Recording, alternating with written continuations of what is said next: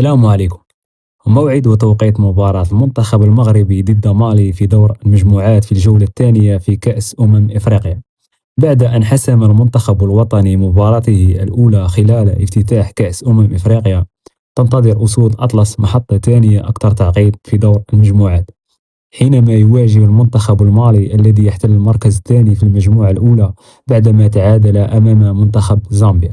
تقام المباراة يوم الجمعة 26 من الشهر الجاري على أرضية مولاي عبد الله في الرباط في تمام الساعة 9 مساء بتوقيت المغرب وتونس والجزائر، وفي تمام 10 مساء بتوقيت مصر، وفي تمام الساعة 11 بتوقيت قطر والسعودية.